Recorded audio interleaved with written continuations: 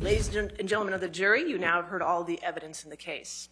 Before the lawyers make their closing arguments, the court will instruct you on the instructions of law that you are to apply in deciding this case.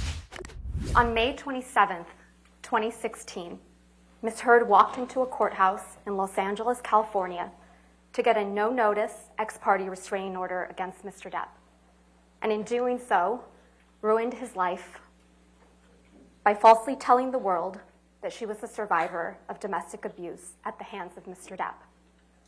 Today, on May 27th, 2022, exactly 6 years later, we ask you to give Mr. Depp his life back by telling the world that Mr. Depp is not the abuser Ms. Heard said he is, and hold Ms. Heard accountable for her lies.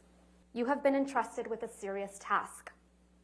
What is at stake in this trial is a man's good name. Even more than that, what is at stake at this trial is a man's life. The life that he lost when he was accused of a heinous crime, and the life he could live when he is finally vindicated. Ladies and gentlemen, let me be very clear. If Amber was abused by Mr. Depp even one time, then she wins. One time. And we're not just talking about physical abuse. We're talking about emotional abuse, psychological abuse, financial abuse, sexual abuse. That's what we're talking about.